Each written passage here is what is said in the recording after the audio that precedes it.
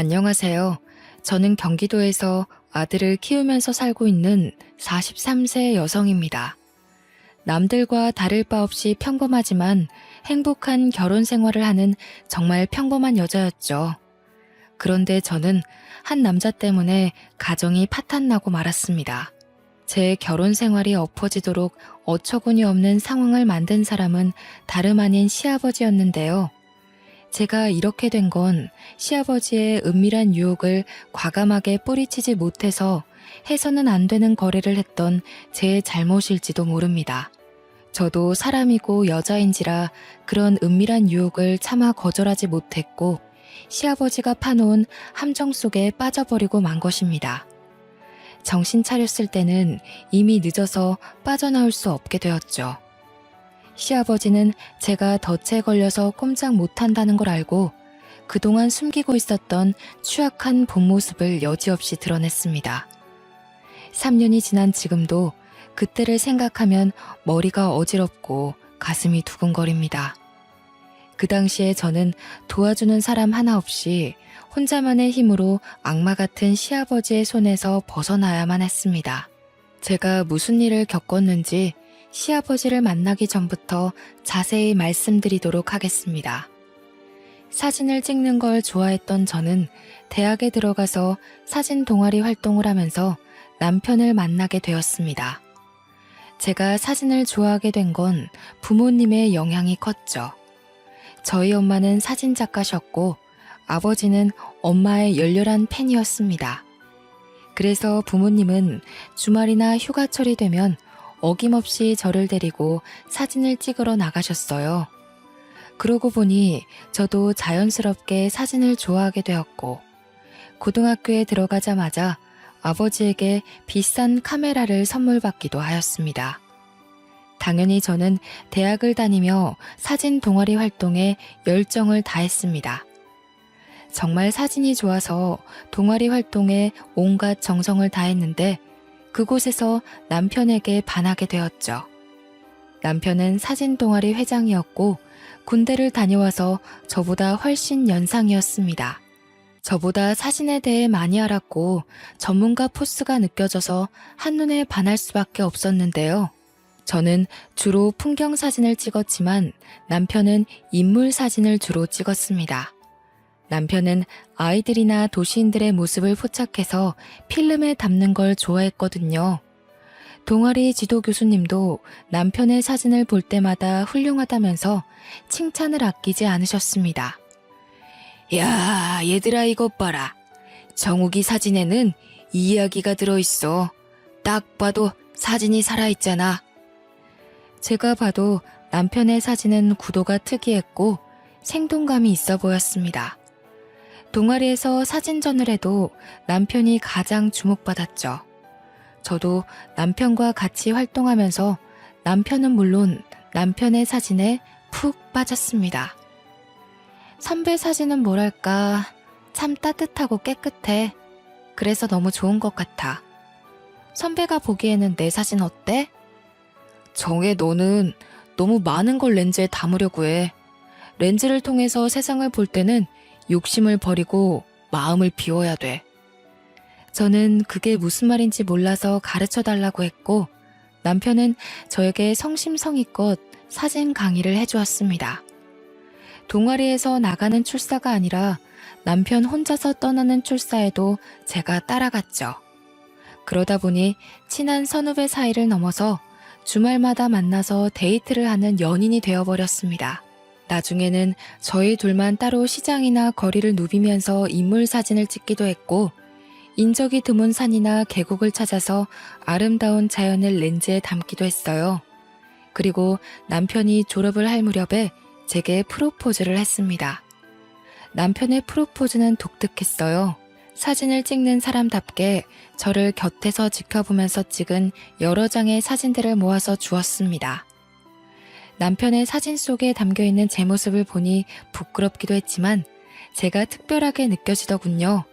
그래서 결혼하자는 약속을 하고 남편이 직장을 구하자 바로 식을 올렸습니다.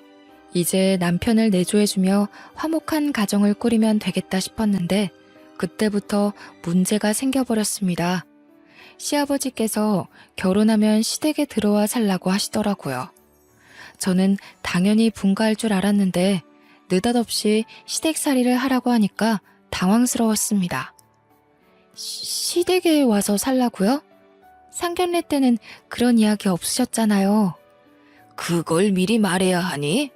넓은 집 놔두고 돈 들여서 새 집 구할 필요는 없잖아. 그리고 나도 며느리가 차려주는 밥상 한번 받아보자. 시아버지의 말에 저보다 시어머니가 먼저 반기를 드셨습니다. 요즘은 며느리가 들어와 살겠다고 해도 시부모가 눈치 보기 싫어서 나가라고 하는 거 몰라요? 당신은 편할지 몰라도 나하고 며느리는 불편하단 말이에요. 오호, 누가 평생 데리고 살겠대? 손주 생기기 전까지만 같이 살자는 거야. 원래 가족이란 같이 살면서 정드는 거라고. 당신은 아무것도 모르면서 가만히 있어. 시어머니는 그냥 둘이 나가서 살아라고 하셨지만 시아버지는 끝까지 고집을 피우셨습니다. 결국 저희 남편도 시아버지 말대로 하자고 해서 시댁살이를 하게 되었죠.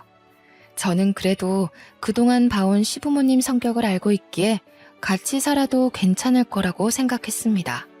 그런데 막상 살아보니 제가 생각한 거랑 다르더군요. 시아버지께서 부지런해도 너무나도 부지런해서 울고만 싶어졌습니다. 시아버지는 새벽 4시만 되면 어김없이 일어나서 하루를 시작하셨거든요. 그 덕분에 저까지 새벽잠을 설치게 되었습니다. 게다가 시아버지는 아침을 꼭 챙겨 드셨습니다. 남편과 저는 간단하게 빵과 우유로 아침밥을 챙겨 먹거나 아예 건너뛰었는데 시아버지는 아침 식사를 거하게 차려드려야 했습니다. 최소한 5가지 이상의 반찬과 국이 있어야 했는데요. 그것도 새 반찬과 새 국이어야 했습니다. 미리 만들어 놓으면 싫어하셨죠. 시어머니가 그 말을 전해 들었을 땐 제가 얼마나 힘들어할지 몰랐습니다. 정말로 이렇게 할 수 있겠어? 내가 새벽에 일어나서 도와줄까? 나도 포기했는데 네가 할 수 있겠니? 나는 내 남편이니 싸우면 되지만 너는 며느리라 별소리도 못할 거다. 네 시아버지가 워낙 까다로워서 네가 많이 힘들고 피곤할 거다. 괜찮아요. 안 도와주셔도 돼요. 밥만 차려드리고 다시 자면 되죠. 아버님을 위해서 그 정도는 당연히 해드려야 한다고 생각해요. 어머님께서 너무 걱정을 하시길래 왜 그러나 했습니다. 그때까지만 해도 반찬과 국 이야기만 들었지 아침 시간대를 못 들었거든요. 아침을 새벽 3, 4시부터 준비해야 할 줄은 전혀 몰랐습니다. 물론 저도 아버님께 조금만 늦게 일어나시면 안 되냐고 여쭈어봤죠. 그런데 시아버지께서 아침을 드시고 바로 헬스클럽에 운동을 하러 가시기 때문에 이른 식사 시간대를 고집하셨습니다. 오죽했으면 어머님이 뭐라 소리를 지르며 짜증을 내시더라고요. 여보, 며느리 힘들게 하지 말고 아침 대충 때워요. 내가 안 해주니까 그동안 알아서 잘 챙겨 먹고 다니더만 왜 그러는 거예요? 당신이 안 해주니까 어쩔 수 없이 대충 먹고 다닌 거지. 이제 며느리가 해줄 거니까 잘 챙겨 먹고 다닐 거다. 며느리가 알아서 잘해준다는데 당신이 왜 나서? 당신이 해줄 거야? 아휴, 말 안 통하고 꽉 막혀서는 남의 집 딸 귀한 줄도 모르고. 됐어요. 당신이랑 말 안 할 테니까 알아서 살아요. 며느리가 힘들다고 울면 내쫓을 테니까 알아서 해. 시어머니와 시아버지가 제 눈앞에서 이렇게 싸우는데 어쩌겠나요? 제가 열심히 아침 해드리겠다고 싸움을 말릴 수밖에 없었죠. 처음에는 아침 잠에 유혹을 뿌리치고 자리에서 일어나서 아침을 준비하는 게 정말 힘들었는데 시간이 지나면서 익숙해지자 몸이 알아서 적응해 갔습니다. 그래서 나중에는 알람을 맞춰놓지 않아도 오전 3, 4시면 어김없이 눈이 떠졌어요. 그만큼 제 생활이 없어지는 기분이 들었지만 저와 반대로 시아버지는 기운 넘치셨습니다. 이제 막 60대에 들어섰지만 말이나 행동은 20대 청년이나 다를 바 없이 거침없으셨죠. 옷차림도 정장 같은 건 쳐다보지도 않으셨고 늘 활동하기에 편한 티셔츠와 청바지를 입으셨습니다. 남편 말로는 아버님께서 물려받은 재산 없이 자기 힘으로 기업형 부동산을 운영했다고 하는데 그래서 그럴까요? 남들과 다른 점이 많이 보였습니다. 저한테도 부지런함을 강조하며 앉아있는 꼴을 보지 못하셨습니다. 집안일에 트집을 잡으시면서 저한테 끊임없이 지적하셨죠. 얘야, 저기 저거 보이니? 장식장에 먼지 쌓인 거. 저거 보이면서 모른 척 하는 거지? 너처럼 게으르면 안 되는 거다. 당장 일어나서 저것부터 닦아라. 여자가 돼가지고 왜 이렇게 집안일을 못하니? 그것밖에 못 배웠어? 아, 네. 지금 치우겠습니다. 여기만 닦아도 될까요? 무슨 소리? 여기도 닦아라. 그리고 여기도 정리해. 너무 지저분하다. 체력이라도 안 좋으시면 쉬실 때 저도 같이 쉴 수 있는데 그러지도 못했습니다. 낮잠도 안 주무시고 눈에 불을 켜면 집안일에 흠이 없는지 감시하셨으니까요. 이게 다 하루도 빠지지 않고 헬스클럽에서 하시는 운동 때문인 것 같았습니다. 체력이 있으니 저를 못살게 구는 거겠죠. 집안일 하기도 벅차 죽겠는데 저한테 몸매 지적까지 하셨습니다. 남편이 퇴근하고 와서 소파에 누워있길래 저도 같이 누워있었는데 아버님이 저한테만 뭐라 호통치시더라고요. 아유, 너는 내가 볼 때마다 누워있는 것 같다. 여자가 돼가지고 몸매 관리도 안 하는 거냐? 어째 갈수록 살이 붙는 것 같아. 곧 애도 가져야 할 텐데 뱃살이 늘어나면 애 낳는 것도 힘들어진다. 나를 봐. 어디에 가도 환갑을 넘긴 나이라고 하면 모두 깜짝 놀라. 네, 해야죠. 해야 되는데 몸이 안 따라주네요. 아버님께서 제 몸을 위아래로 훑어보시더니 자기 몸을 보라며 근육질 몸매를 자랑하셨습니다. 안 그래도 결혼 후에 나날이 늘어가는 뱃살 때문에 걱정됐거든요. 게다가 운동하러 간다고 하면 아버님 눈을 피해 조금은 쉴 수 있을 것 같아서 시아버지가 다니는 헬스클럽에 등록했습니다. 그곳에서 비교적 수월해 보이는 요가 수업을 등록해 마음의 위안을 좀 얻으려고 했는데요. 그런데 그 헬스클럽에 들어간 순간 이상한 느낌이 들었습니다. 제 또래가 별로 없더라고요. 50대 이상의 중년 아줌마들만 운동을 하고 있어서 의아한 느낌이 들었습니다. 아줌마들도 제가 신기했는지 저를 보자마자 깜짝 놀라면서 반겨주더군요. 아이고, 오랜만에 젊은 아가씨가 들어왔네. 안녕하세요. 결혼한 지 이제 2년 됐는데 아버님이 운동을 하셔서 따라왔어요. 혹시 저희 아버님 알고 계시나요? 아버님? 설마 최 사장 말하는 건가? 어머나, 최 사장 며느리란 말이야? 아유, 그 깐깐한 최 사장의 시아버지라니 참 힘들겠어. 저희 아버님을 아세요? 친하신 거예요? 말도 마. 그 양반이 몸이 너무 좋아서 이름 났어. 성격만 안 깐깐하면 아주 인기 짱일걸? 아주머니가 하는 말을 들어보니 아버님이 헬스클럽에서 유명 인사인 것 같더라고요. 몸을 만들려는 중년 남자들이 제법 많아서 아줌마들이 운동은 제쳐두고 남자들이 운동하는 걸 구경하는 것 같았습니다. 그렇게 헬스클럽을 다니면서 아주머니들과 수다를 떨게 되었는데요. 집을 벗어나 운동하는 척 사람들과 어울리니 그나마 숨통이 트이더군요. 그곳에서 미정이 언니와 가장 많이 친해지게 되었습니다. 돌싱 경력 5년 차라는데 아줌마들 사이에서 가장 입김이 센 것 같았습니다. 운동은 하나도 안 하고 그 언니랑 떠드는 걸 아버님께 들켜서 PT 수업을 받게 되었죠. PT쌤이 제 또래 여자였는데 저보다 키도 크고 몸매도 좋아 보였습니다. 돈도 많이 내서 아깝기도 하고 저도 몇 달만 열심히 운동하면 비슷한 몸매가 되지 않을까 싶어서 열심히 수업받았는데요. 그런데 며칠 지나지 않아서 선생님과 사이가 틀어지고 말았습니다. 사실 그 선생님이 처음부터 불친절하긴 했거든요. 기구 사용법이나 자세를 가르쳐줄 때부터 제게 노골적으로 짜증을 부려서 저도 화가 나 있었습니다. 그날도 가르쳐준 걸 이해하지 못해서 다시 물어보니까 먼 산을 바라보면서 한숨부터 내쉬었죠. 아, 내가 방금 알려줬잖아요. 저번에도 그러던데 왜 자꾸 그러세요? 최정혜 씨는 머리를 폼으로 달고 다녀요? 몇 번이나 알려줘야 하는 거예요. 죄송해요. 제가 몸으로 하는 건 잘 못해서요. 다시 한번 알려주시면 안 될까요? 몸이 아니라 머리가 문제인 것 같은데요. 똑바로 들으세요. 다시 알려줄 테니까. 선생님 말투나 태도가 정말 기분 나빴지만 최대한 좋게 생각하려고 노력했습니다. 여러 사람을 대하는 직업이고 계속 같은 말을 반복해야 하니까 스트레스가 쌓인 거라고 이해했는데요. 하지만 시간이 지날수록 저를 대놓고 무시하는 게 눈에 보였습니다. 자, 저번처럼 또 물어보지 말고 잘 보세요. 다리는 최대한 구부리라고요. 허리는 쭉 펴고요. 그날도 본 운동을 시작하기 전에 스트레칭하고 있었는데 자세가 마음에 안 들었는지 저를 물건 다루듯이 막 만지고 옮기더라고요.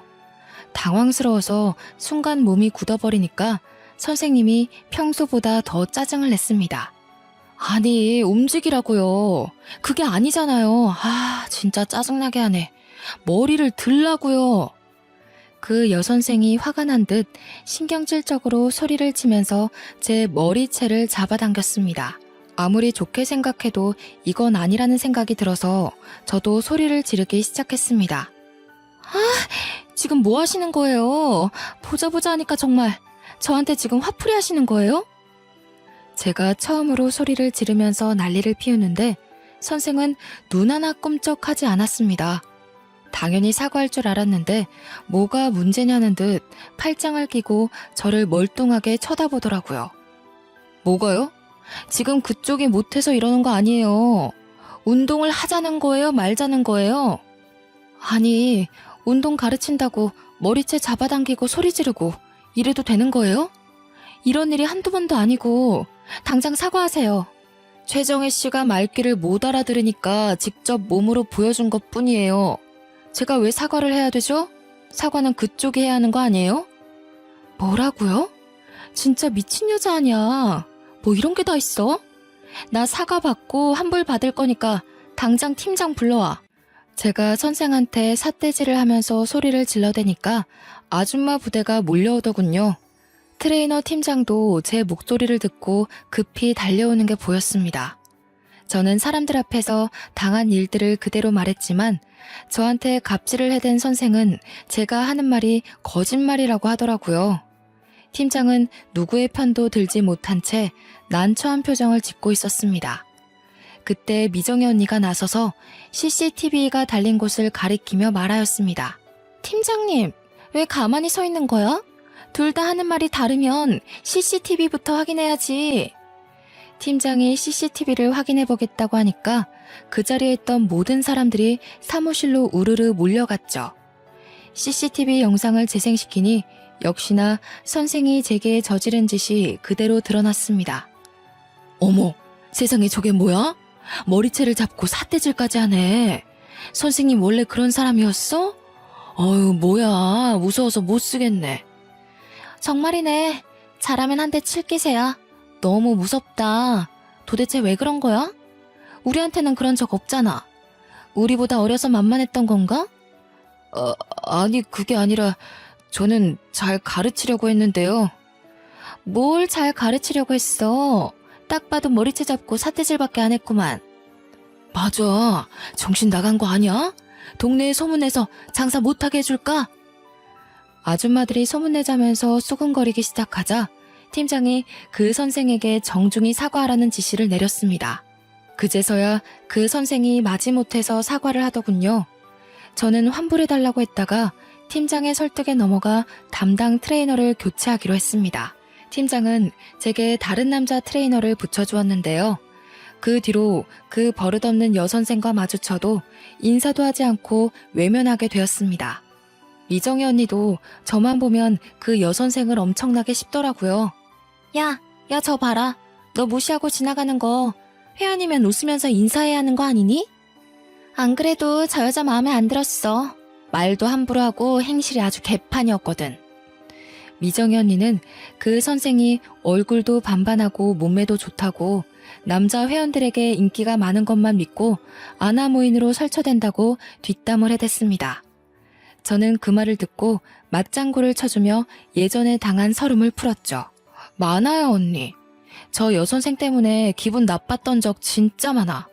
언니 없었으면 이미 그만두고 안 왔을 거예요. 너한테만 그러는 게 아니라 여자들한테는 아주 밥맛 없이 굴더라. 우리 클럽에 남자들이 많이 꼬이는 건 전부 저 여자 때문이야. 남자들한테만 잘해줘서 이상한 소문까지 돌더라니까. 미정희 언니가 그 여선생이 바람을 피우다가 걸려서 이혼당한 경력이 있다고 하더라고요. 자기가 지도하던 5살 연하의 회원과 바람을 피우다가 들켜서 이혼을 당했다는 거예요. 그러다 몇 달 전에 재혼에 성공했는데 이혼했다는 사실을 감쪽같이 속이고 처녀 행세를 하면서 재혼했다는 겁니다. 미정희 언니만 그 여선생을 싫어하는 게 아니었습니다. 매일 휴게실에 모여 앉아 아줌마들이 시댁과 남편 흉을 보는 것처럼 여선생 뒷담화하는 걸 듣고 있었거든요. 그러다 입이 심심해지면 간식거리를 잔뜩 사와서 트레이너들 몰래 먹곤 했어요. 팀장님한테 들킨 적도 많이 있었지만 아줌마들 입김이 세서 어찌할 수가 없었습니다. 아이고 어머님들 이게 다 뭐예요? 또 여기서 과자 드시는 거예요? 살 빼러 왔다가 살이 왕창 불어서 가시겠어요. 적당히 드세요. 우리 몸은 우리가 알아서 관리할 테니까 걱정하지 마세요. 너무 그러지 말고 정 팀장도 여기 앉아서 빵 하나만 먹고 가. 아줌마들은 싫다는 팀장에게 억지로 빵이나 음료수를 쥐어주곤 했죠. 아버님을 피해 도망오려고 했던 저는 당연히 운동보다는 푸짐한 간식을 앞에 두고 편안한 소파에 앉아서 수다 떠는 재미에 점점 빠지게 되었어요. 그런데 몇 달 후에 시아버지와 여선생이 심상치 않은 관계라는 사실을 알게 되었습니다. 그날은 운동을 하러 아침 일찍 나갔었는데요. 원래 이른 새벽부터 점심때까지 집안일을 하고 오후에 헬스클럽에 나갔었는데요. 그 시간대에만 수업이 가능하다는 핑계를 대고 아주머니들이 많이 모여있는 시간대를 선택한 것이었습니다. 그런데 에어로빅이라는 새로운 수업이 생겨서 아주머니들이 아침 일찍 모이자고 했거든요. 오랜만에 만반의 준비를 하고 나갔는데 너무 이른 시간대 수업이라서 그런지 아주머니들이 거의 못 오셨더라고요. 그나마 온 분들도 피곤하다고 집에 가겠다고 하길래 휴게실에 잠깐만 앉아 있으려고 했습니다. 집에 가면 아버님이 있을까봐 조금만 더 있다가 가려고 했죠. 그런데 휴게실에 들어가니 시아버지와 여선생이 딱 붙어있는 거 보고 깜짝 놀랐습니다. 아버님과 여선생도 놀라서 얼른 떨어져 앉더군요. 아니, 세기 네가 이 시간에 웬일이냐? 원래 이 시간대에 안 나오지 않아? 에어로빅 수업이 새로 생겼길래 그거 들으려고 왔어요. 저는 이만 가볼게요. 아버님한테 무슨 말을 해야 할지 모르겠더라고요. 충격을 너무 많이 받았는지 머릿속이 새하얘져서 급히 휴게실에서 나와버리고 말았습니다. 둘 사이가 정말 수상하다는 생각했지만 확실한 증거가 없으니까요. 시아버지를 추궁할 수 없는 노릇이라 증거를 찾으려고 노력했습니다. 그날 이후로 아버님 뒤를 졸졸 따라다니며 어딜 돌아다니나 확인했는데요. 얼마 후에 둘이 내연관계라는 확실한 증거를 잡게 되었죠. 시아버지와 여선생이 헬스장 근처의 모텔에서 나오는 걸 보게 된 겁니다. 저는 당연히 그 순간을 사진으로 남겨두었는데요. 집에 돌아온 저는 어떻게 해야 할까 고민이 되었습니다. 제가 다 말하면 어머님이 어떻게 될지 걱정되더군요. 하지만 제가 숨기고 있다가 가정이 더 망신창이로 파탄날 것 같아서 아버님과 대화를 나누기로 결심했습니다. 아버님이 운영하고 있는 사무실로 찾아가 할 말이 있다고 했죠. 세기 네가 내 회사는 웬일이냐? 할 말이 있다는 연락은 받았다만 설마 그 일 때문에 그러니? 아버님도 잘 아시네요. 여기서 할 이야기는 아닌 것 같은데 나가서 이야기해요.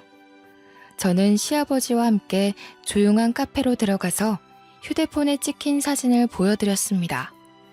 아버님이 그 사진을 보고 눈이 커졌길래 마음속에 담아놓은 말들을 꺼내놓았습니다. 아버님, 대체 이게 뭐 하는 짓이에요? 딸 같은 여자애랑 내연관계를 가지다니 부끄럽지도 않으세요? 고개를 숙이고 한참 동안 말이 없던 아버님께서 천천히 입을 여셨습니다. 너한테는 입이 10개라도 할 말이 없다. 그런데 남자는 말이다. 늙으나 젊으나 매력적인 여자를 보면 마음이 끌리는 게 당연한 것이야. 마음에 든다고 아무 여자하고 어울리는 건 짐승들이나 하는 짓이에요. 당장 그 여자랑 헤어지세요. 안 그러면 어머님한테 다 말씀드릴 수밖에 없어요. 난 그럴 수 없다. 난 그 아이를 버릴 수 없어. 10억 줄 테니까 앞으로는 눈 감아다오. 10억이면 충분하지 않냐? 네? 10억이라고요? 겨우 그런 여자 때문에 10억을 쓰신다고요? 그래. 그 돈을 너한테 줄 테니 비밀 지켜다오. 아버님한테 10억이 어디 있어요? 저한테 10억이라고 하신 거 맞죠? 혹시 잘못 들은 게 아닌지 재차 물었지만 시아버지는 단호한 표정으로 10억이라고 못 박았어요. 10억이 어디 있냐고 물으니 저를 데리고 회사로 돌아가 시가 10억짜리 신축 아파트 등기부등본을 보여주기도 하였습니다. 자, 이게 내가 말한 10억이다. 다음 달이면 분양이 시작되는 새 아파트야. 내가 여러 채 확보해뒀는데 그 중에 하나를 너한테 주마. 분양이 시작되면 곧바로 2억은 더 붙을 게다. 그럼 이 아파트로 이사 가도 되나요? 따로 독립해도 되는 거죠? 그래. 네가 가서 살든 다시 팔든 상관 안 하마. 대신 지금 당장은 나갈 수 없어. 너희 시애미가 의심할 거다. 내가 절대 못 나가게 할 거라고 했으니. 시댁살이를 벗어날 수 있다는 말을 듣자 제 고민은 더욱더 깊어졌습니다. 시어머니를 생각하면 그냥 넘어갈 수 없는 문제였지만 10억짜리 아파트와 자유는 뿌리치기 힘든 유혹이었죠. 며칠을 고민하던 저는 시아버지의 아침을 차려주면서 제안을 받아들이겠다고 말해버리고 말았습니다. 그래, 잘 생각했다. 이제 우리는 한 배를 탄 거야.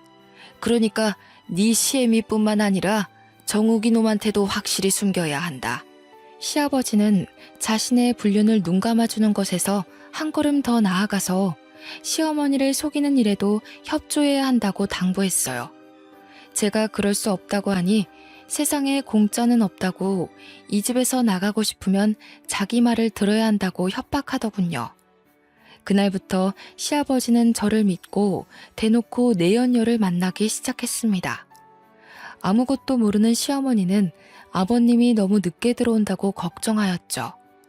그 모습을 볼 때마다 도둑이 제발저리듯이 어머님 눈치가 보였습니다.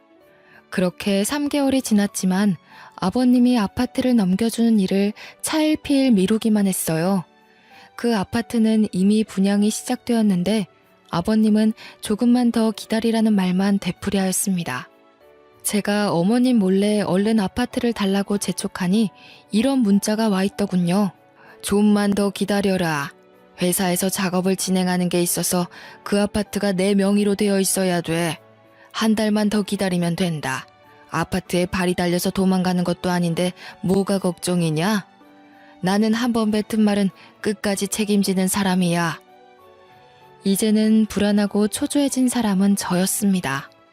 혹시라도 아파트를 받기 전에 시어머니가 시아버지의 불륜 사실을 알아버리면 10억도 날아가고 제 시댁살이도 영원히 유지될 것 같았습니다. 그렇게 시아버지의 불륜을 혼자만 알고 있으니 늘 마음이 편치 않고 가슴이 답답했어요. 하루는 친정에 갔는데 엄마가 제 얼굴을 살펴보면서 걱정을 하시더라고요. 시부모님이 너 못 살게 구니? 얼굴이 왜 이렇게 많이 상했어? 혹시 김서방하고 안 좋은 일 있어? 아니야, 아무 일도 없었어. 그냥 요새 운동 열심히 해서 몸이 상했나 봐. 아이고, 사람이 운동한다고 이렇게 돼? 거짓말하지 말고 다 털어놔라. 차라리 귀신을 속이지. 나는 못 속인다. 나한테 못할 말이 뭐가 있겠니? 다른 사람도 아니고 친정엄마인데 말해도 될 것 같다는 생각이 들더군요. 그래서 엄마한테 결국 모든 걸 털어놓고 말았습니다. 말만 했는데 10년 묵은 채증이 쑥 내려가듯이 답답하던 가슴이 뻥 뚫리는 것 같았죠. 하지만 제가 시아버지 내연녀 사진을 보여주니 엄마가 그 사진을 보더니 충격적인 이야기를 해주셨어요. 아니, 얘는 주희 아니니? 세상에, 얘가 사돈이랑 바람을 피고 있단 말이야? 주희? 엄마 이 여자 알고 있어? 친해? 아주 잘 알지. 얘 내 친구 며느리야. 친구 집에 놀러 갔을 때 본 적 있어. 저는 그 말을 듣는 순간 눈앞이 새하얘지고 말았습니다. 엄마는 제가 아파트를 받기로 했다는 사실을 모르고 바로 그 친구분한테 전화를 하는 거 있죠. 제가 말려봐도 가만히 있어보라며 제 팔을 밀어냈습니다. 어떻게든 맞고 싶었지만 엄마는 오히려 성질을 내며 제게 뭐라 하셨습니다. 이거사, 왜 자꾸 말 못하게 막는 건데? 그럼 이걸 다 말해줘야지 숨기고 있게? 넌 어쩌자고 이런 더러운 짓을 알고도 모른 척하고 있었던 거야. 아유, 세상에. 그 불려우 같은 년이 결국 대형 사고를 치고 말았구나. 결국 엄마는 친구분과 전화하더니 지금 당장 만나러 간다며 저를 두고 가버렸습니다. 저는 생각할 겨를도 없이 시아버지의 회사로 달려갔죠. 너무 급해서 미리 전화할 생각도 못했습니다. 그저 빨리 시아버지에게 모든 게 들통났다는 말을 전해야 한다는 생각뿐이었죠. 제가 회사에 도착하자마자 시아버지는 자기 사무실에서 웃으면서 누군가와 전화통화를 하고 있었습니다. 그런데 아버님이 자기야라고 속삭이고 있더라고요. 회사 사람이 아닌 내연녀와 통화를 하고 있었던 겁니다. 자기는 걱정하지 마. 바보 같은 며느리는 벌써 너한테 넘어간 아파트를 기다리고 있어. 그래, 아직 때가 아니니까 팔지 말고 가지고 있어. 조금 더 오르면 내가 알려줄게. 그래, 사랑해. 조심히 들어가. 저는 그 말을 듣는 순간 다리에 힘이 풀려서 바닥에 주저앉을 뻔했어요. 제게 주기로 했던 아파트는 이미 내연녀 차지였던 겁니다. 처음부터 시아버지는 저를 가지고 놀았던 거죠. 저는 집으로 돌아오자마자 쓰러지듯 침대에 엎어졌고 눈에서는 눈물이 흘렀어요. 10억이 날아가 버려서가 아니었습니다. 돈에 눈이 멀어서 시아버지가 파놓은 함정에 빠져버린 제가 너무 원망스러웠거든요. 한참을 울고 난 다음에 이제라도 어머님께 모든 걸 말하고 용서를 빌어야겠다고 마음먹었습니다. 그래서 외출하고 돌아온 시어머니에게 죄송하다고 빌었죠. 어머님, 정말 죄송해요. 돈 때문에 제가 정신이 나갔었나 봐요. 제가 생각이 짧았어요. 용서해주세요. 이 집에서 너무 나가고 싶어서 그랬어요. 아버님이 너무 못살게 굴어서 너무 힘들었어요. 그런데 아버님이 자유를 주겠다면서 절 유혹하셔서 넘어가 버렸어요. 어머님한테는 안 그래야 하는데 저한테 잘해주신 거 생각하면 안 그랬어야 했는데. 용서해달라는 말만 했는데 이미 저희 엄마한테 자초지종을 전해들었나 봅니다. 화가 난 표정으로 저를 노려보던 시어머니가 한숨을 쉬며 제 손을 잡고 일으켜 주셨어요. 그래, 네가 무슨 죄겠니? 이런 집안에 시집 오게 한 내 잘못이지. 얼마나 나가고 싶었으면 그랬겠니? 네가 마음고생이 심했다. 어머님이 이렇게 말씀해 주셔서 다시 한번 눈물이 터지고 말았죠. 정말 죄송스러운 마음에 꺼이꺼이 우니 시어머니께서 친정엄마처럼 다독여 주셨습니다. 아버님을 어떻게 하실지 차마 묻지는 못했지만 제가 찍어놓은 불륜사진을 넘겨드렸습니다. 어머님이 그 사진을 보시고 씁쓸한 표정을 지으셨습니다. 나중에 들은 말인데 시어머니가 그 사진을 들고 회사로 찾아가서 이혼 소송장과 함께 시아버지 얼굴에 던져버렸다고 하더군요. 이 가짜는 것, 감히 나 몰래 바람을 펴?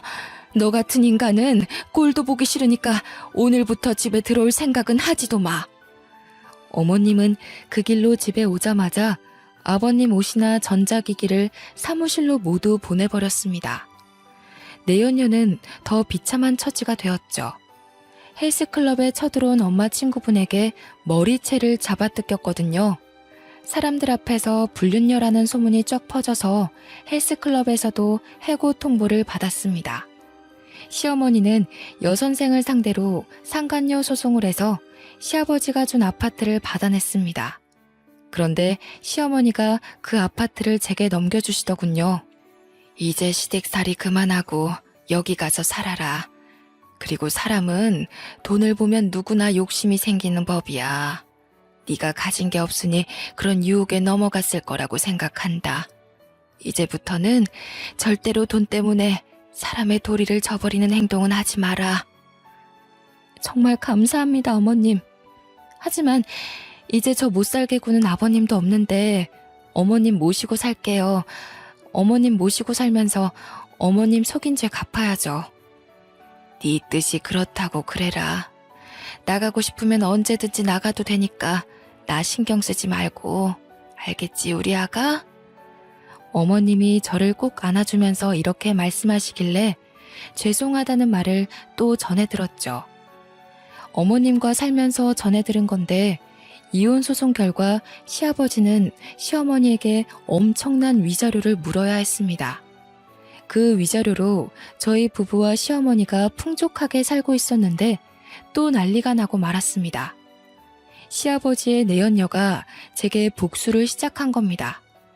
저 때문에 두 번째 이혼을 당하고 가정이 파탄났으니 제 가정도 깨버리려고 의도적으로 남편에게 꼬리를 친 거였죠.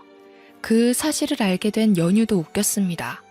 운동에 관심이 없었던 남편이 벼랑간 헬스클럽을 다니겠다고 했는데요. 당연히 제가 다니고 있는 헬스클럽으로 올 줄 알았는데 굳이 먼 곳으로 다닌다는 것이었습니다.